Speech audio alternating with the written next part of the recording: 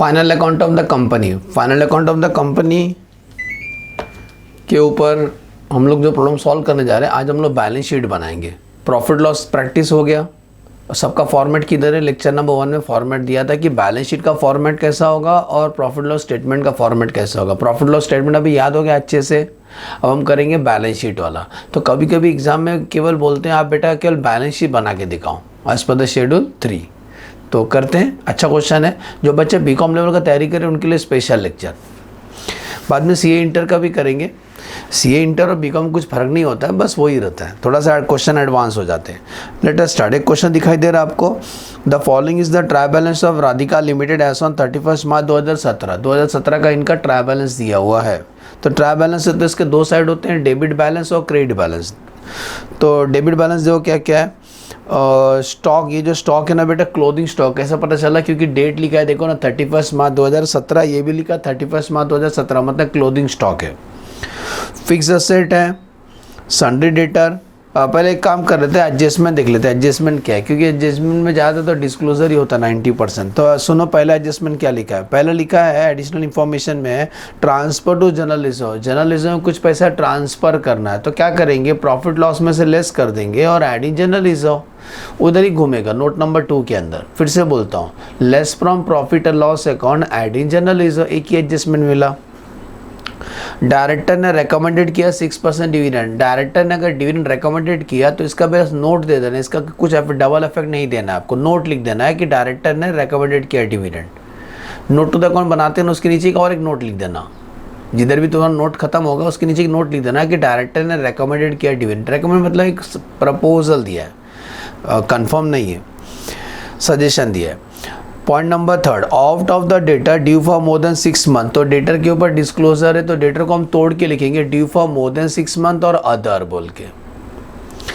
सन्डी creditor include creditor for goods और remaining for expense. तो creditor का बाइफिकेशन करना, क्रेडिटर को हम तोड़ के लिखेंगे क्रेडिटर को। तो डेटर के ऊपर डिस्क्लोजर है, क्रेडिटर के ऊपर डिस्क्लोजर है, याद रखो। अभी अब मैं लिख नहीं सकता हूँ, इसीलिए जाके वो ट्रायल बैलेंस में ना डेटर और क्रेडिटर के सामने वो नंबर लिख देना। जैसे कि डेटर का एडजस्टमेंट है ना 3, तो ट्रेड रिसीवेबल किधर होगा ना, ये देखो ऊपर से तीसरा डेटर, उसके सामने 3 लिख देने का।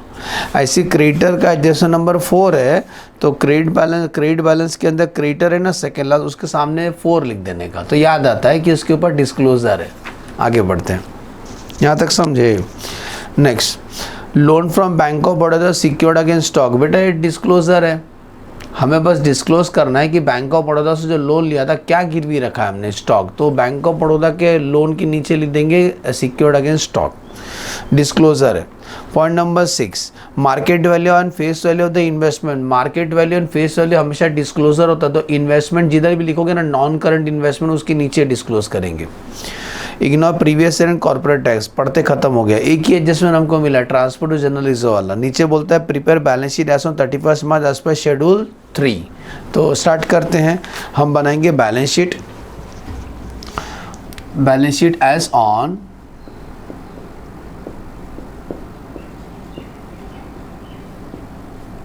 31 मार्च 2017। ये आपका बैलेंस शीट रुपीज़ के लिए एक ही कॉलम मेंटेन करना, एक रुपीज़ कॉलम और एक नोट टू द अकाउंट। सुने बेटा, रुपीज़ के लिए एक कॉलम। तो और यहाँ साइड में अपना ये जो 2 पेज है, यहाँ नोट टू द अकाउंट चलते रहेगा, नोट टू द अकाउंट। एक बार टिक मार्क कर ले हम लोग, फिर स्टार्ट करते हैं। चलो टिक मार्क करते हैं। अच्छा, आपको टिक मार्क करने आना चाहिए, बैलेंस शीट का फॉर्मेट याद रहता है, बार बार टिक मार्क आप कर लोगे। तो चलो पढ़ते हैं। बताओ स्टॉक किधर जाएगा, स्टॉक करंट असेट्स के अंदर, इन्वेंट्री के अंदर। क्योंकि देखो इक्विटी लायबिलिटी में 3 बड़े हेड है। पहला share holder fund, non current liability, current liability. बड़ा बड़ा स्टेशन याद रखो, इसके अंदर छोटे छोटे स्टेशन भी है। और एसेट्स में 2 ही है, नॉन करंट और करंट। ओके, तो स्टॉक किधर जाएगा, करंट असेट्स के अंदर, इन्वेंट्री के अंदर जाएगा।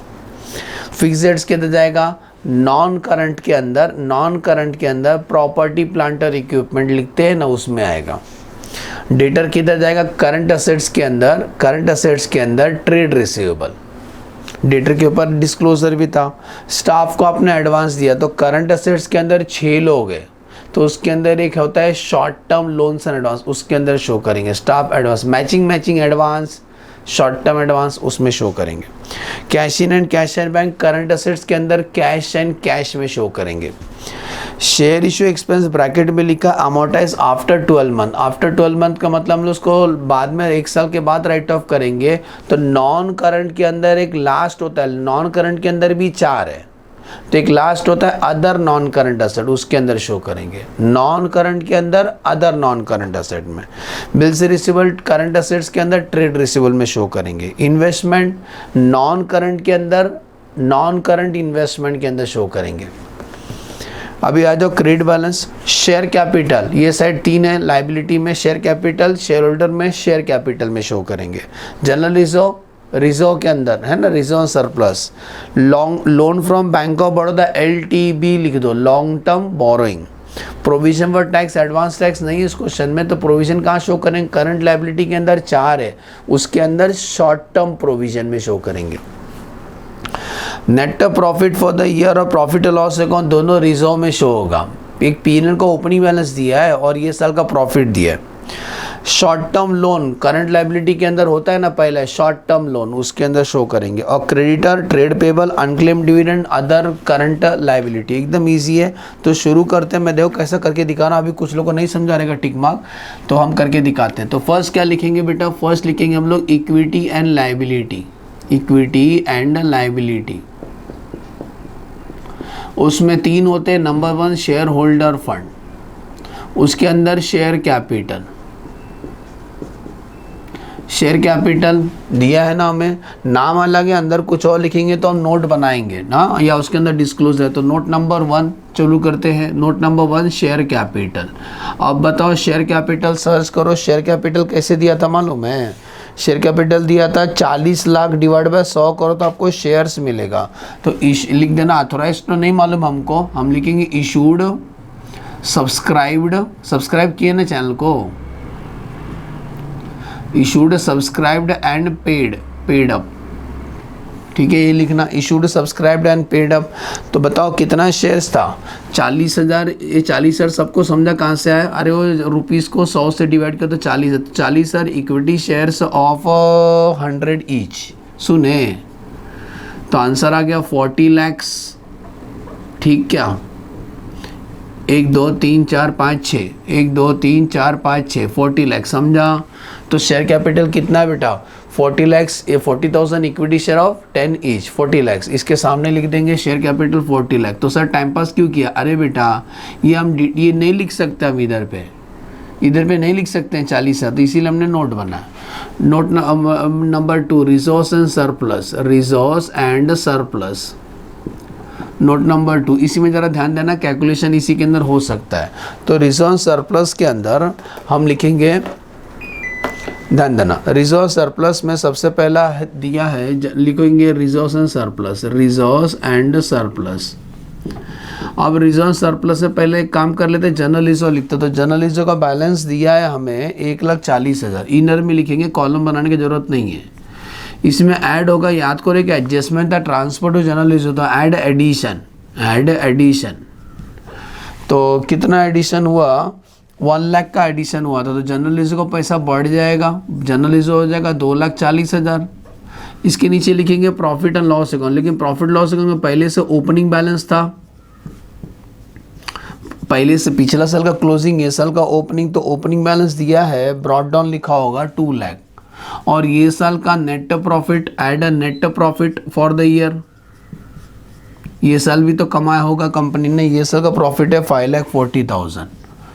तो ये टोटल कर लो कितना हो गया, 5 6 7, 7,40,000 कंपनी का प्रॉफिट लॉस में पैसा है। तो उन्होंने कुछ पैसा जनरल रिजर्व में ट्रांसफ़र किया, तो लेस करेंगे, less transfer to general reserve. अरे बेटे ये लेस हुआ ना, इधर ही आके ऐड हुआ, समझा? गोल गोल दुनिया गोल है, तो ये लेस हो गया। तो आंसर है 6,40,000। और कोई रिजर्व है क्या? नहीं है। तो 6,40,000 प्लस 2,40,000 टोटल कर लो, तो हमारा रिजर्व मिल गया। तो 2,40,000 प्लस 6,40,000, आंसर 8,80,000। तो हम लोग रिजर्व कितना लिखेंगे? 8,80,000। समझ में आ रहा है? Number 2 non current liability. Non current liability में long term borrowing, long term borrowing. अब लॉन्ग टर्म बोरिंग में नोट नंबर 3 लिखेंगे क्योंकि उसके अंदर डिस्क्लोजर भी है। तो note number 3 LTV long term boring. जरा बताओ LTV में क्या लिखेंगे? वो लोन लिया था ना बैंक ऑफ बड़ौदा से, तो loan from bank of Baroda, लेकिन उसका डिस्क्लोजर था, क्या डिस्क्लोजर था? बोले थे सिक्योर्ड किसके ऊपर है? Secured on stock. ये बात हमें बताना है लोगों को, सिक्योर्ड ऑन स्टॉक, समझे? किसके ऊपर सिक्योर्ड आपको बताना है, तो सिक्योर्ड ऑन स्टॉक। तो बैंक ऑफ बड़ौदा का लोन कितना था? 6 लाख का। एक ही है तो टोटल नहीं करने का, इसको उठा के इसके सामने लिख देने। तो सर टाइम पास क्यों किया आपने? अरे यार टाइम पास नहीं है, यहाँ पे बताना पड़ेगा, ये डिस्क्लोजर है। डिस्क्लोजर यहाँ नहीं लिख सकते आप, नोट में ही बताना है आपको। Number 3 current liability. Current liability में शॉर्ट टर्म बोरिंग, अब short term borrowing note number 4। देखो शॉर्ट टर्म बोरिंग में शॉर्ट टर्म बोरिंग लिखना है तो नोट नहीं बनाने का, नाम कुछ और रहेगा तो नोट बनाने। तो शॉर्ट टर्म बोरिंग का अमाउंट दिया है आपको 1 लाख। जब एक हिंट देता हूँ, जब मैं ये पार्ट करता हूँ तो क्रेडिट साइड देखूंगा, ये वाला पार्ट क्रेडिट है ना, लायबिलिटी है ना, तो क्रेडिट में ढूंढने का। नेक्स्ट शॉर्ट टर्म बोरिंग के बाद है ट्रेड पेबल। ट्रेड पेबल पे डिस्क्लोजर था, ट्रेड पेबल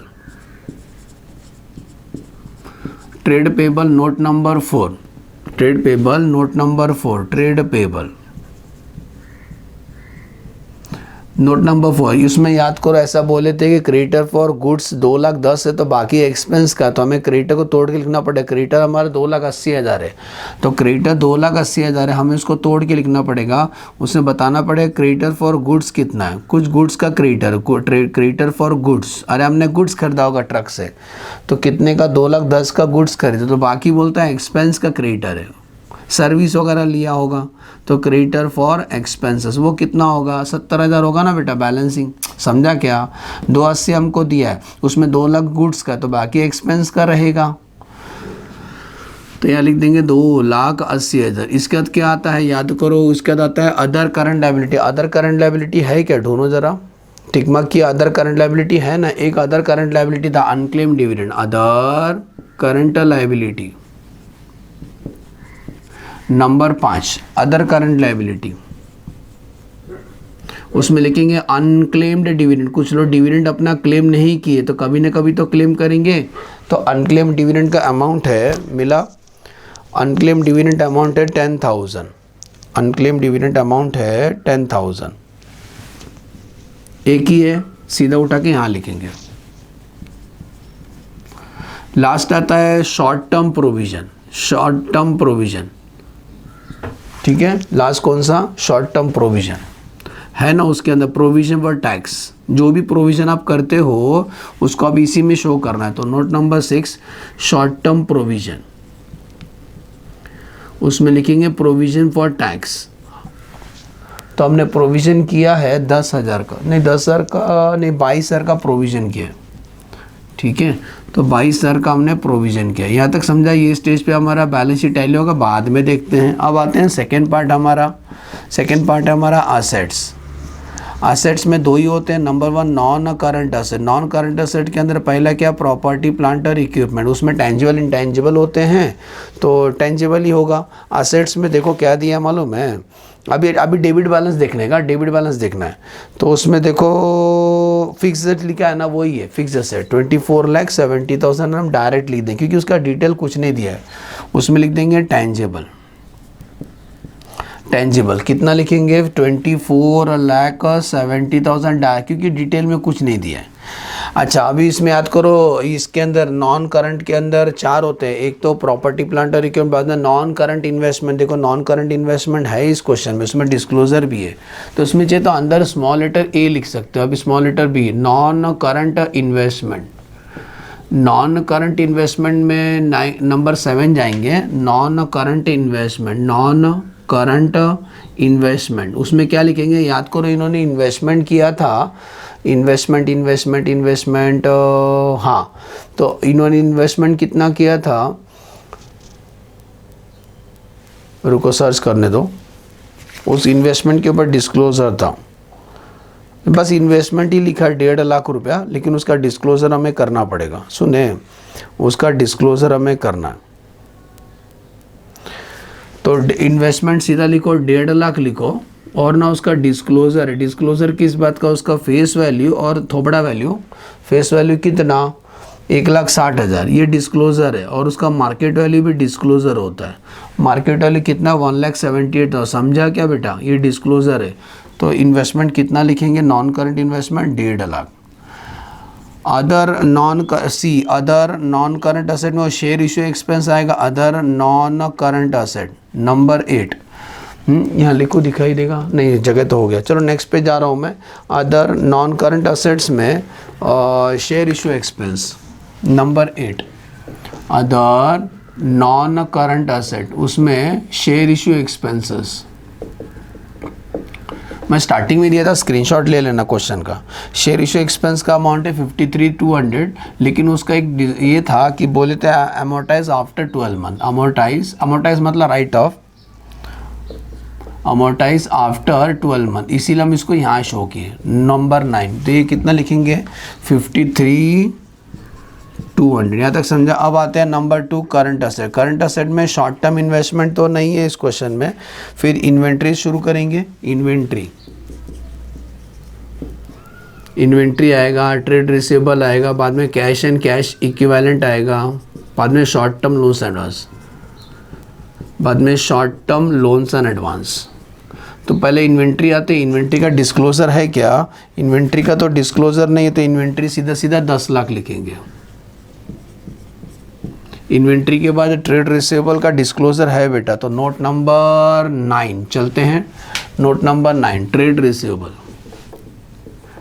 ट्रेड रिसीवेबल में बताया था कि डेटर को ना तोड़ के लिखो, कि ऐसा लिखो, डेटर लिखो पहले आप, उसमें लिखो due for more than 6 month, due for more than 6 month. 6 महीने ज़्यादा हो गया, हमारा पैसा नहीं दिए, due for more than 6 month. वो कितना पैसा था मालूम है? 1,04,000।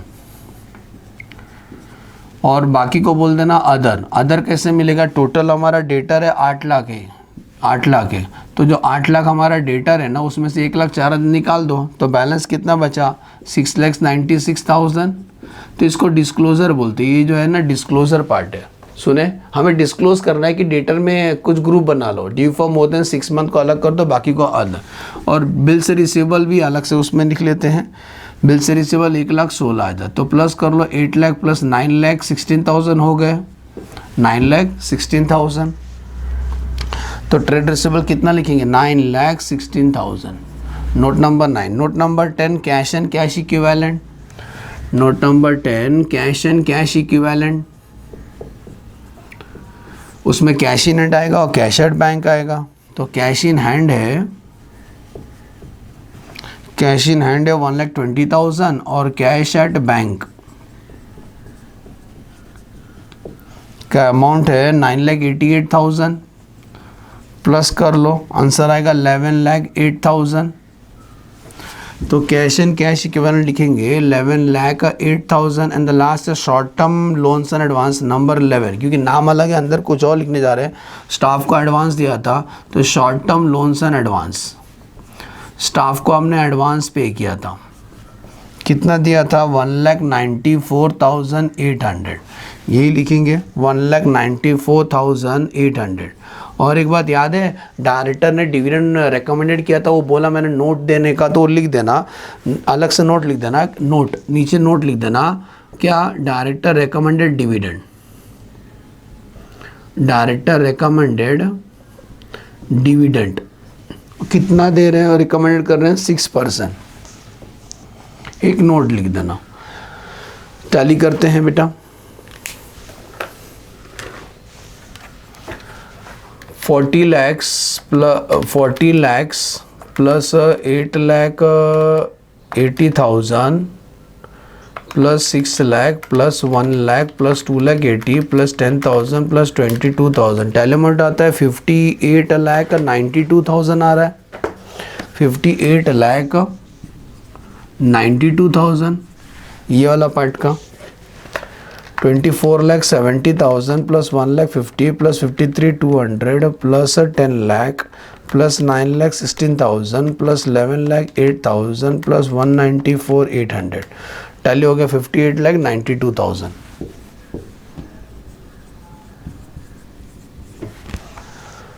एज्यूम करता हूँ समझा अच्छे से लेक्चर। प्रॉब्लम कैसा था कमेंट में ज़रूर बताना, और फ्रेंड लोग के साथ शेयर करो, हमको अच्छा लगेगा। ओके, चलो बाय बाय।